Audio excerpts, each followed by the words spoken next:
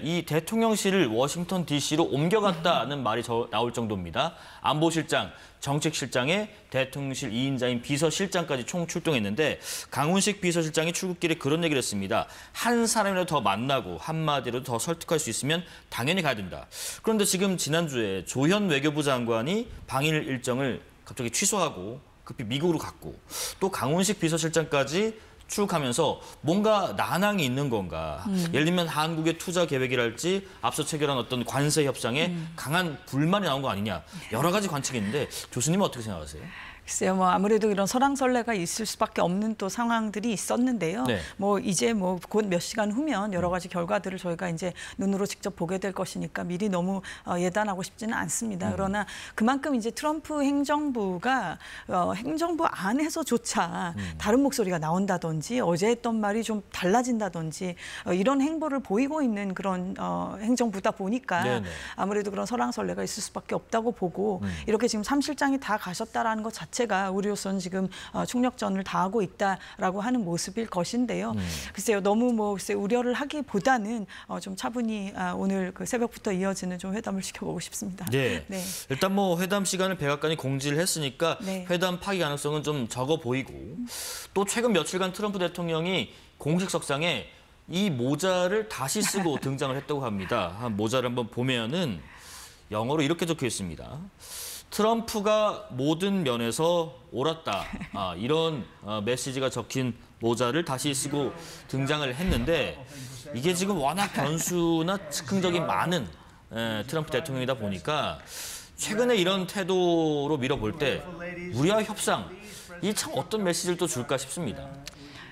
아무래도 여러 가지로 걱정되실 수밖에 없는 상황인 것 같습니다. 워낙 거액의 지금 투자 금액이 구두로나마 합의가 된 상황이고 예. 또 그에 별도로 예를 들면 1,000억 불의 에너지를 구매하기로 했다든지. 근데 문제는 이제 역시 언제나 악마는 디테일에 있다고 어떤 거대한 합의는 있었지 모르지만 그 디테일이 어떻게 될 것이냐가 지금 초미의 관심사이고 네.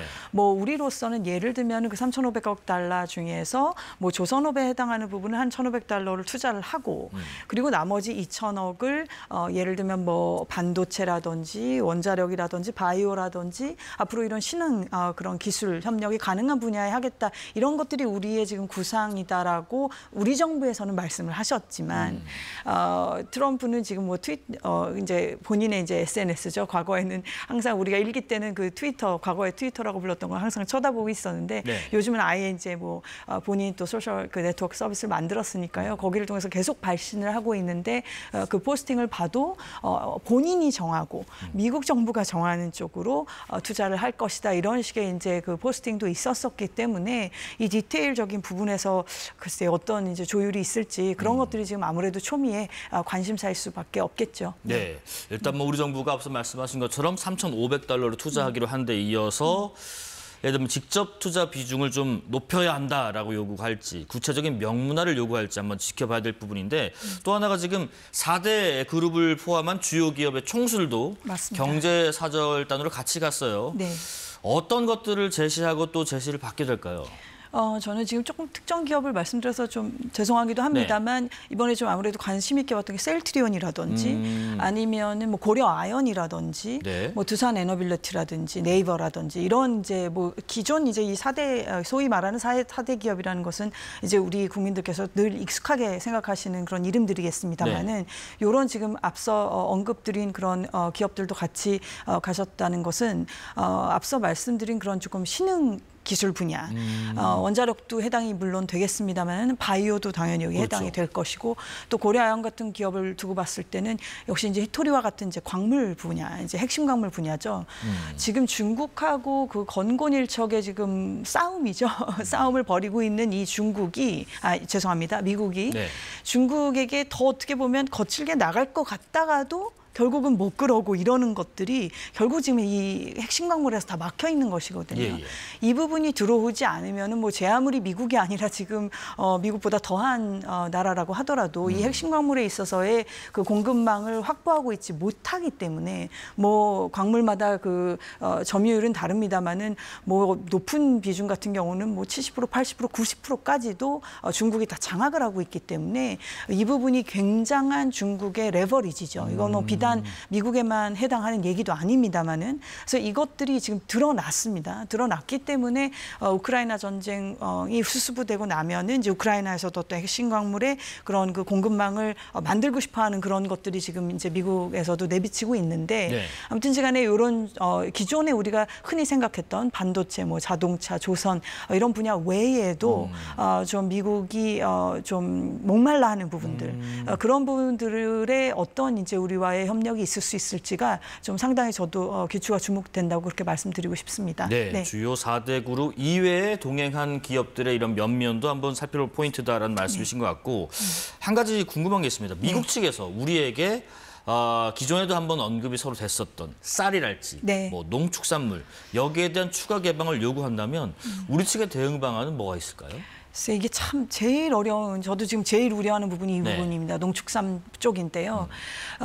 글쎄 우리나라 이 식단 자체가 굉장히 복잡하죠. 네, 예. 주식인 이제 쌀, 곡물뿐만이 아니라 뭐 여러 채소, 육류, 가공육, 뭐 하다못해 이제 해산물 굉장히 다양한 것을 섭취하는 우리 그 국민들의 식습관이 그렇고 그러면서 이제 식량 안보 부분도 상당히 사실은 안 좋습니다. 네. 쌀 외에는 뭐 거의 모든 것들을 다 지금 수입에 의존하고 있는 측면이 있는데 그렇게 또 생각을 하면 네. 미국이라고 하는 또 믿을만한 그런 신뢰할 수 있는 그런 동맹국가로부터 어떤 식량을 안정적으로 또 괜찮은 가격에 들여올 수 있다면 그것 자체로는 그렇게 나쁘지 않은 일일 수도 있겠습니다만 그랬다면 왜 그렇게까지 또 항상 문제가 됐겠습니까? 네네. 이 농업이라고 하는 것은 역시 또 국토 보존의 의미도 있기 때문에 단순하게 그렇게 경제 논리로만 또 얘기할 수 없는 부분이 그렇죠. 있고 네. 그래서 이런 부분들이 이제 아무튼 농업 또 축산업 이런 부분은 굉장히 예민할 수밖에 없습니다. 그리고 이 부분이 영 지금 8월 1일 전에 합의를 이루었지만 영 지금 양 정부에서 나오는 얘기가 달랐었기 때문에 이 부분도 참 좀 걱정이 되는 부분 중에 하나인데요. 네. 아무튼지간에 이 트럼프 행정부와 이제 상대를 할 때는 요 아이템 바이 아이템 이런 식으로 상대를 하는 것은 별로 유리하지 않지 않나 싶습니다. 특히 농업. 네. 미국은 생각보다 굉장히 농업 대국이고 우리가 어떤 미국에 대해서 갖고 있는 이미지보다도 훨씬 더 그렇고 이 농업과 관련된 이해관계가 굉장히 아주 농축도가 높다고 할까요? 그런 이해관계가 얽혀 있습니다. 정치권하고도. 네. 그렇기 때문에 이 농업 부분에 있어서는 너무 이 농업을 이렇게 하니까 우리도 이렇게 하겠다라기보다는 어떤 전반적인 좀 패키지 딜의 구상이 필요하지 않나 싶습니다. 뭐 네. 그것이 꼭 농업에 해당하는 무엇이 아닐지라도 예를 들면 뭐 다른 분야의 뭐 에너지가 됐던 이렇게 좀 패키지 딜을 아마 정부에서도 구상하셨을 거라고 생각하고요. 그렇게 네. 아마 풀어가시지 않겠나라고 추정을 해봅니다. 네. 네. 일본 총리에게서도 뭐 관련된 여러 가지 힌트를 좀 많이 얻어갔겠죠. 또 하나가 지금 한미 정상회담에 트럼프 대통령의 이 이른바 안보 청구서 이게 올라올 것으로 예상이 되는데 대표적인 의제가 한미 동맹 현대화입니다. 네. 이 부분에 대한 대통령 발언 듣고 이야기 나눠보겠습니다. 유연화에 대한 요구가 있는 건 사실이지만 또 우리 입장에서는 그렇게 쉽게 동의하기 어려운 문제라서 어쨌든 주한미군의 미래형 전략화 뭐 그런 얘기는 우리 입장에서 좀 필요해요. 그래서 쓰는 단어들의 의미들이 조금씩 다르죠. 그런 것들을 또 조정하는 것도 협상이기 때문에 뭐 전혀 없다고 할 수 없지만 생각하는 것은 그렇게 명확하지는 않습니다. 유연성의 동의는 어렵지만 미래형 전략화는 필요하다. 그러면 지금의 안보 형국에서 주한미군 재배치랄지 뭐 얘기 나오는 감축이나 이런 것은 반대란 얘기인지 이 얘기는 어떤 의미일까요?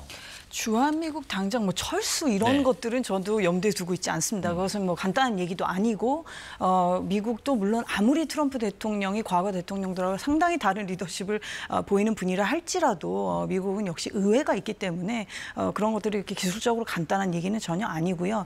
다만 이 동맹 현대화라고 하는 부분은 우리 사회에도 본질적인 질문을 지금 던지고 있다고 생각합니다. 앞서 말씀드렸다시피 우크라이나 전쟁이 상당히 많은 것을 바꿔놨습니다. 특히 사이버라고 하는 부분이 굉장히 확 들어왔습니다. 네. 사이버라는 것은 비단 이 해킹이나 뭐 북한도 늘상 우리에게 하는 그런 어떤 공격적인 행위입니다만 그런 것뿐만이 아니라 아까 인지전적인 부분도 말씀을 드렸고 여러 가지 어떤 적성 국가라고 생각하는 상대국의 정치에까지 이렇게 개입을 하려고 하는 이런 부분까지 지금 연루가 되어 있는데 이 사이버라고 하는 부분이 또 결국은 우주랑도 연결이 됩니다. 네. 이게 통신하고 상관이 있는 것이기 때문에요. 따라서 전장이 물론 육상에서의 전투라고 하는 것이 여전히 이 전쟁을 끝내느냐 마냐의 가장 결정타이긴 하지만 네. 이 전장이라는 것이 굉장히 다각화되었고 다층화되었습니다. 이런 부분에서 지금 우리는 인구 지금 감소가 이미 되고 있고 그리고 사실 군복무를 둘러싼 소위 우리 그 청년들의 이 남녀 갈등도 사실 해가 갈수록 심해지는 경향이 있고 네. 이런 부분에서 여러 가지로 우리도 이 군의 재편이라고 하는 것은 본질적으로 좀 생각해 봐야 할 문제입니다. 특히 옆 나라 지금 중국의 그 휴머노이드 로보트의 이 성장세를 보고 있노라면 아주 뭐 중국이 꼭 우리를 이렇게 뭐 쳐들어올 거다 이렇게 말씀드리려는 것은 아니지만 상당히 이 부분은 등골이 서늘해집니다. 이런 뭐 로봇 개를 넘어서서 뭐 로봇 늑대, 그다음에 휴머노이드 로봇가 뭐 거의 그냥 일상에서 이제는 중국 같은 경우는 일상에서 사고 파는 정말 그 수준으로까지 가전 제품의 하나처럼 이렇게 들어와 있을 정도로 이 로봇 기술이 발달을 했는데 네. 이런 것들을 어떻게 우리의 군 현대화와 접목시킬 것인가. 게다가 우리는 인구가 지금 초고령 사회 게다가 감소하고 있기 때문에 이런 부분들 그러면 그것이 또 사이버랑 또 연결이 되죠. 이게 해킹을 당할 수도 있고 하는 부분이라서 아무튼 이런 좀 복합적인 생각을 할 필요가 있고 우리의 그 어떤 금전적인 재정적인 부담을 늘릴 수밖에 없다라고 한다면 기왕지사 그렇게 된다라고 한다면 우리의 군의 현대화와 어떤 이런 복합적인 위기에 보다 더 대처를 잘 할 수 있는 방향으로 그러한 그 국민의 세금인이 많지 그렇게 예. 쓰여지기를 바랄 뿐입니다. 네. 네. 교수님 말씀하신 것처럼 외신에서도 네. 이번 회담에서 중국의 어떤 내용이 큰 비중을 차지할 거다라는 관측도 했는데 한중 관계에 대한 이재명 대통령의 인식 또 이번 회담에서 어떤 비중을 차지할지 한번 지켜보겠습니다.